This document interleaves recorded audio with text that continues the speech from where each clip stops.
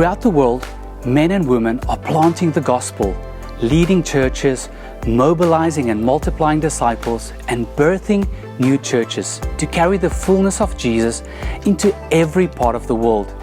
And they are doing this in the face of increasing and intensifying persecution. In a recently published list by Open Doors of the top 50 countries where Christians experience the most persecution, it was noticeable the number of Asian countries on that list. And so this confirms the fact that the situation for Christians has deteriorated most in countries like China, Myanmar, Vietnam, Laos, Malaysia and Indonesia, as these countries and many others are now the regional hotspot for persecution, taking over the honors from the Middle East. And so Christians in these countries face persecution on a scale unheard of since the Cultural Revolution.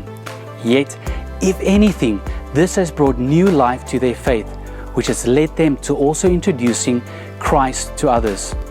And from a little more than 62 million Christians in East and Southeast Asia in 1970, by 2020, the number of faithful ones have grown to more than 200 million. But as the numbers of Christians grow, so does the number of those who are persecuted.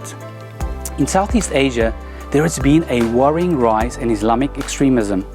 Pockets of Islamic State-affiliated groups in places like Mindanao in the Philippines and Aceh in Indonesia are gaining ground and expanding their territory.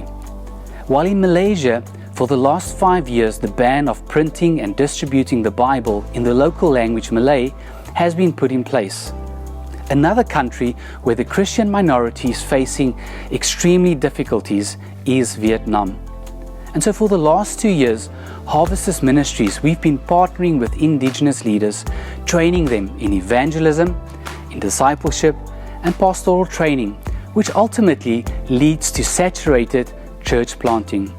One such church planter is Pastor Trang, who just a few years ago was the only believer in his village in central Vietnam. He tells me how he longed to share such a life-changing gospel message with his own people. And out of the more than 50 families then living in his community, 3 families accepted Christ, unduly alarming the village's authorities as these believers started gathering on a weekly basis in his house to fellowship. After a few months, the local government, they know there is a cell group in my house. So they come and they oppose, they threaten me. If I continue to share the gospel, they will get me. The village leader also threatened anyone who became a Christian with either banishing them from the village or imprisonment. And so Trang continued to faithfully witness to others. And soon there was a knock on his door with a number of local police officers as they just entered his house. I was beaten and confiscated the Bible. So most of group decided the authority, they also how they going to oppose us. We were beaten, monitored, and jailbreakers by the local government. He was just so determined not to let the situation deter him from sharing the good news with others.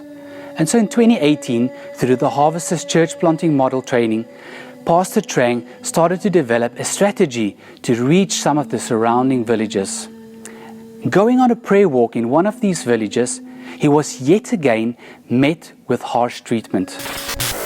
The police, they stopped us on the way and beat me, they bind me. They threatened me, if I come back this village, they will kill me. Not even this was going to stop Trang, as he wanted others also to experience this life-changing gospel. So we go to another village. Thank God, God always opened the door for us. So after 2 years, we opened 2 new churches.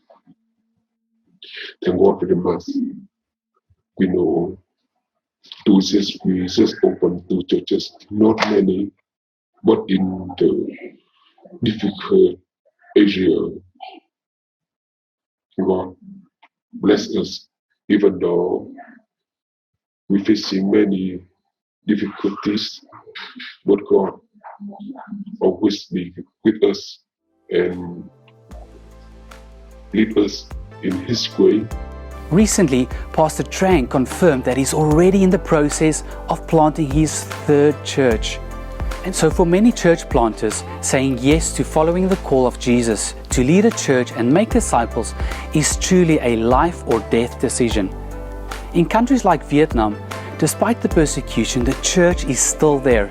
And in many, it's multiplying as believers defy oppressive governments and their culture to share the hope of Jesus and to tell others that they were created to be disciples who make disciples wherever they are or go.